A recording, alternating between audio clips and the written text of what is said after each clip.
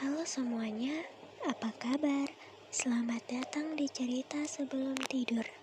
Hari ini aku akan menceritakan novel yang berjudul Rumah untuk Ali yang ditulis oleh Len Liu.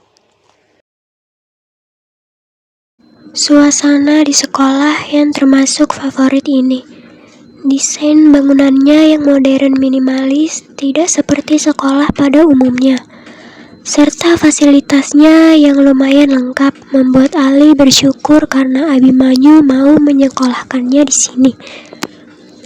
Sekalipun laki-laki itu membencinya, mungkin itulah yang membuat Ali bisa memaksakan diri untuk menerima fakta jika identitasnya sebagai adik Samuel dan Nata tidak diketahui oleh siapapun di sekolah ini. Kecuali kepala sekolah dan pihak administrasi. Selang berjalan beberapa menit, Ali pun sampai di kelasnya yang terletak di lantai 2. Rupanya masih belum terlalu banyak yang datang, mungkin karena hari ini masih cukup pagi. Bahkan Selena, satu-satunya teman di kelasnya juga belum datang. Karena itulah, usai meletakkan ranselnya di kursi, Ali pun berjalan keluar. Dia ingin menikmati suasana pagi dari balkon kelasnya. Selama beberapa waktu, Ali menikmati suasana sekolah dari lantai 2. Terlebih dari sini, dia bisa dengan leluasa melihat ke arah lapangan yang memang berada di tengah-tengah, dikelilingi oleh gedung-gedung ruang kelas. Pandangan Ali kemudian tertuju pada dua orang yang berada di bawah sana dengan beberapa orang yang mengelilingi mereka. Samuel dan Nata. Dalam penglihatannya Ali, dia melihat dua saudara kembarnya itu tertawa dan mengobrol dengan riang bersama teman-teman lainnya. Nata yang memang lebih ramah terlihat asyik mengobrol dan sesekali tertawa bersama teman di sampingnya. Sedangkan Samuel yang dikenal jahil juga asyik bercanda hingga terbahak-bahak sambil mengerjai temannya. Pemandangan itu membuat hati Ali terenyuh. Kedua kakaknya itu terlihat begitu berbeda saat di sekolah dan saat di rumah. Jika di sekolah mereka terlihat aktif dan ceria, maka di rumah mereka terlihat lebih tenang dan pendiam. Pandangan Ali kini terfokus pada Samuel. Kakak ketiganya itu sebetulnya pribadi yang mudah terpancing emosi ketika di rumah. Tapi begitu berbeda saat di sekolah. Samuel suka bercanda, tapi bisa berubah serius jika keadaan mengharukannya begitu. Sifatnya yang jahil membuat Samuel kerap bertengkar dengan saudara-saudaranya yang lain. Terlebih dengan Rendra yang memang mudah tersulut amarahnya. Alhasil Nata dan Saripta seringkali menjadi penengah di antara Samuel dan Rendra. Senyum Ali terulas saat melihat keseruan Samuel bercanda dengan temannya. Dia sangat mengerti kalau cowok itu tak pernah bisa diam. Sewaktu kecil, Samuel lah yang paling sering bermain, juga bertengkar dengan Ali kecil. Samuel dengan segala kejahilannya, dan Ali dengan kesabarannya setipis tisu. Sayangnya, segala berubah setelah kejadian yang merenggut nyawa Gianla. Pandangan Ali lantas teralih pada Nata. Selama beberapa waktu dia mengagumi ketampanan cowok berkulit kuning langsat itu. Kakak keempatnya itu memiliki tubuh tinggi, juga dengan bulu matanya yang lentik, menambah ketampanan paras dari Nata. Pribadinya yang ramah juga selalu tenang menjadikan Nata sebagai salah satu primadona di SMA Buana Bangsa, bersama dengan kembarannya Samuel. Dulu, sebetulnya sampai sekarang pun Ali selalu memilih Nata sebagai kakak yang paling dia sukai. Nata yang paling mengerti dirinya, cowok itu juga pendengar yang baik. Sebab menurutnya dulu adiknya hanya satu, hanya Ali seorang. Karena itulah Nata selalu mengistimewakan Ali dan selalu ada untuk perempuannya itu. Namun sekarang Nata berubah menjadi seorang kakak yang tak menginginkan hadirnya adik perempuannya itu. Walau menjadi satu-satunya yang tak pernah melakukan kekerasan fisik, tapi Nata selalu abai dan tak pernah mau lihat ke arah Ali.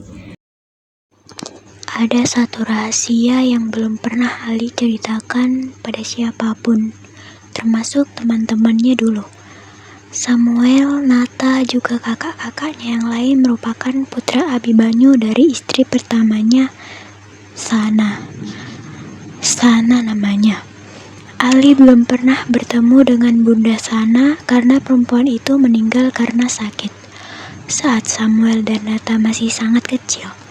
Sedangkan Ali sendiri merupakan anak Abimanyu dari Genla, yang semula adalah pengasuh keempat kakaknya. Bunda Gian pernah bilang kalau Bunda Sanalah yang meminta Abimanyu menikahi lagi supaya ada yang mengurus anak-anaknya. Mungkin karena itulah keberanian Gianla sangat istimewa bagi Abimanyu dan keempat anaknya, sehingga kepergiannya mengakibatkan benci yang teramat sangat untuk Ali. Perlahan-lahan suasana di koridor lantai 2 mulai ramai oleh siswa-siswi yang berlalu belalang. Ali masih diam di tempatnya, tetap memperhatikan Samuel dan Nata dari kejauhan. Jantungnya tersiap saat melihat Samuel yang sedari tadi tertawa juga berbincang dengan temannya, tiba-tiba terdiam dan melihat ke segala arah, termasuk ke lantai 2. Tatapan mata mereka pun bertemu. Ali segera melempar senyum kepada kakaknya itu. Namun Samuel tak memberi respons. Tatapannya juga ekspresinya seketika berubah dingin. Hati Ali semakin teriris saat melihat Samuel justru langsung memalingkan wajah, sengaja mengabaikannya. Senyum Ali berubah kecut. Cewek itu pun menunduk, mencoba memahami mengapa Samuel seperti itu. Setelah merasa cukup cuat, Ali pun berbalik dan memasuki kelas dengan suasana hati yang buruk. Nata yang menyadari perubahan sikap Samuel langsung melempar pandangannya ke lantai 2 saat menyadari kalau saudaranya itu baru saja melihat ke arah kelas Ali, serta saat dia melihat siluet adiknya. Nata pun mendengus. Sekarang dia paham kenapa Samuel mendadak bad mood. Namun keningnya mengernyit saat melihat keberadaan 4 cewek yang posisinya tidak jauh dari kelas Ali. Apa yang mereka lakukan? Kenapa mereka sepertinya menunjuk-nunjuk ke arah Ali? Suara alunan musik instrumental lembut mengalun memenuhi kamar berukuran 4x4 meter tersebut, membuat suasana sore ini terasa begitu tenang dan damai. Sembari merebahkan dirinya di kasur, Ali memejam menikmati alunan musik kesukaannya itu. Setelah beberapa saat, barulah dia membuka mata dan mengamati ruangan itu. Kamar ini tidak seberapa besar jika dibandingkan dengan kamar kakak-kakaknya. Namun, di tengah-tengah keluarga yang membenci dan tak mengharapkan keberadaannya, kamar ini menjadi rumahnya. Satu-satunya tempat bagi dia untuk pulang dan bisa menyuarakan tangis dan bahagianya tanpa perlu takut akan mengganggu siapapun. Ali menyukai kamarnya ini, tempat persembunyiannya terbaiknya. Pandangan mata Ali lantas tertuju pada nakas yang berada di samping tempat tidurnya. Dia langsung mengubah posisi rebahannya menjadi tidur menyamping saat melihat sebuah bingkai berisi foto keluarga untuk di nakas tersebut. Di foto itu mereka semua terlihat berbahagia. Ali digendong oleh ayahnya, sementara bunda dan keempat kakaknya berdiri sambil memamerkan senyuman. Kala itu semuanya terasa sangat sempurna. Ali menghembuskan napas lelah. Sungguh jika tahu semuanya akan sangat menyakitkan saat tumbuh dewasa, Ali akan mengemis pada Tuhan untuk menghentikan waktu Dia ingin terus berhenti di momen itu, agar segala sakit dan sepi tidak pernah dia rasakan. Sayangnya, perihal apa yang akan terjadi di masa depan, tidak ada orang satupun yang dapat mengetahuinya. Masih sambil tetap menikmati alunan lagu, Ali kini beranjak bangkit dari kasurnya. Sweater oversize berwarna abu yang dikenakan terlihat sedikit kusut karena tadi sempat berguling-guling di kasur. Sementara celana training hitam semata kakinya sedikit tergulung. Setelah merapikan ujung celananya, Ali melangkah menuju sudut ruangan, lalu menjatuhkan dirinya di atas beanbag. Sejenak, cewek itu memejam, meresapi rasa nyaman yang diberikan oleh beanbag tersebut. Dia memang sengaja membuat spot nyaman untuk membaca atau melakukan kegiatan lain di kamarnya, dan di sudut ini adalah favoritnya. Selang beberapa detik, Ali kembali membuka mata, tangannya mengangkat ponselnya tinggi-tinggi, mencoba mengecek akun media sosial yang biasa dia gunakan untuk berjualan. Dia langsung melongo. Wah, 102 pesanan.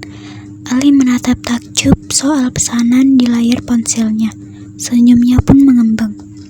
Dengan semangat memuncak, tangannya terulur, meraih sebuah kotak berisi gulungan benang warna-warni dan manik-manik aneka untuk bentuk dan ukuran. Benda-benda tersebut biasanya dia gunakan untuk membuat gelang, yang kemudian dia akan jual. Terhitung sudah hampir 1 tahun Ali menjual gelang itu hasil buatan dengan terampilnya. Ada beberapa alasan kenapa Ali menjual gelang-gelang buatannya. Selain untuk menambah uang tabungan, cewek itu teringat akan gelang pemberian kakak-kakaknya di pantai saat keluarga mereka masih utuh. Awalnya dia hanya iseng-iseng saja, namun saat mengunggahnya secara anonim di Twitter, beberapa orang tertarik untuk membeli. Sejak saat itu, Ali membuka akun Instagram dengan mencoba memasarkan gelang buatannya di e-commerce. Pengikutnya di Instagram bahkan hampir menyentuh 11.000. Ali mengganti musik yang tengah berputar dengan musik lain sebelum memulai membuat pesanan pertama. Setelah itu, dia meraih benang berwarna hijau tua, merah muda, dan putih. Rencananya dia akan mengombinasikan ketiga warna tersebut untuk dikepang, kemudian dijadikan sebuah gelang. Kira-kira 10 menit kemudian, Ali akhirnya menyelesaikan gelang pertamanya. Saat hendak melabel gelang itu agar tidak tertukar dengan gelang pesanan yang lain, dia tidak menemukan label yang biasanya berada dalam kotak. Habiskah? Tanyanya pada diri sendiri. Kepalanya berpikir keras, mengingat-ingat apakah labelnya benar-benar habis atau memang dia salah meletakkannya. Ambil cadangan aja deh. Ali meletakkan gelang di atas kotak, kemudian beranjak bangkit menuju meja belajarnya. Dia menelusuri satu persatu titik di meja belajar itu. Tetapi label yang dicarinya tidak kunjung ditemukan. Pergerakannya malah berhenti setelah menarik sebuah laci. Di sana terdapat sebuah Lego yang pernah dia susun bersama Rendra. Fokus Ali teralihkan dan dia mengambil Lego tersebut. Senyum kecil Ali mengembang. Hal-hal sekecil ini sengaja dia simpan agar setidaknya dia dapat mengingat kalau pernah mengukir kisah bersama kakak-kakaknya. Karena itulah dibanding lanjut mencari label, Ali berlutut dan menumpukan kedua lengannya di meja belajar. Ingatannya melayang pada kenangan beberapa tahun silam. Nggak bisa, abang nggak bisa temani kamu main dulu hari ini, Li. Abang mau main kan sama temen abang? Li mau ikut, bang. Nata mengembuskan napas pelan. Dia sudah berjanji akan bermain dengan teman-temannya dan tidak enak jika adiknya harus ikut. Otaknya dipaksa bekerja. berusaha mencari cara agar Ali berhenti mengajaknya bermain. Sebuah ide terlintas saat tatapannya bertemu dengan mata penuh harap sang adik. Nata menarik pundak Ali mendekat, kemudian membisikkan sesuatu. 5 detik setelahnya, dia tersenyum saat melihat Ali mengangguk-ngangguk. "Ya udah, abang main dulu ya. Bye Ali," pamit Nata. Cepat-cepat dia berlalu dari sana sebelum adiknya berubah pikiran. "Nanti pulang beliin es krim ya abang," teriak Ali sebelum berbalik menuju kamar kedua setelah paling ujung. "Tok tok tok, Kak Rendra, ini Ali," kata Ali sambil terus mengetuk pintu kamar Rendra.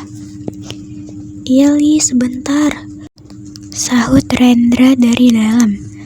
Tak lama terdengar suara langkah tergesa. Wajah mengantuk cowok itu langsung terlihat jelas saat pintu terbuka. Ali menunjukkan barisan gigi rapinya sebelum berujar, "Kata Bang Nata, kakak punya mainan baru. Ali mau ikut main boleh?" Rendra kantan menyandarkan tubuh lemasnya pada ambang pintu, merutuki diri karena memamerkan mainan barunya pada Nata. Sebenarnya cowok itu tidak keberatan memainkannya bersama Ali. Dia hanya mengantuk. Tangan mungil Ali memilih gaun selutut berwarna biru muda yang dikenakannya.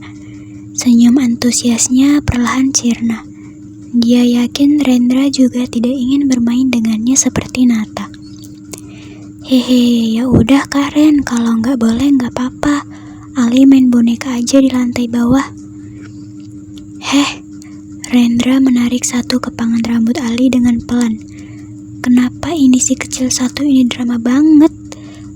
"Kak, pekik Ali sambil menepuk tangan kakaknya. Tidak ingin kepangan bundanya dirusak oleh sang kakak. "Sini masuk, kita main Lego bareng." Rendra membuka pintu lebar-lebar, mempersilahkan sang adik memasuki kamarnya. Cowok dalam balutan kaos rumahan dan celana hitam sepanjang lutut itu pun berjalan menuju meja belajar. Lalu meraih kotak tersegel dan membawanya menuju karpet berbulu dekat ranjang. "Ali udah lancar kan bacanya?" tanya Rendra yang sudah bersila di hadapan adiknya itu. Ali memasang wajahnya tidak terima. "Apa-apaan ini? Kakaknya baru saja meremehkan kemampuan membacanya." "Udah dong, aku kan udah kelas 4 Kak." Ali bersungut-sungut tidak terima. Tawa Rendra pecah, senang melihat adiknya kesal. Di saat seperti ini adiknya persis seperti bunda. Caranya marah 95% mirip dengan cara bunda marah. Sembari membiarkan adiknya membaca petunjuk lebih dulu, Rendra beranjak menuju kamar mandi di dalam kamar untuk mencuci muka. Setelah selesai dan keluar dari kamar mandi, senyum kecil Rendra terbentuk melihat adiknya fokus membaca buku petunjuk. Rendra Saksena Joraksa. Cowok yang akrab disapa Rendra merupakan kakak yang memiliki sikap penyayang dibanding kakak-kakak Ali yang lain. Selain penyayang, cowok itu juga menjadi sosok yang paling sering mengalah. Baginya, kebahagiaan kakak dan adik-adiknya adalah hal yang paling utama dalam hidup. "Gemes banget," gumam Rendra lalu bersila di samping Ali dan mulai menyusun kerangka Lego. Keduanya tenggelam dalam kegiatan menyusun mainan bongkar pasang itu. Ali yang saat itu masih berusia 9 tahun terlihat sudah membaringkan tubuhnya sambil menyusun bagian tubuh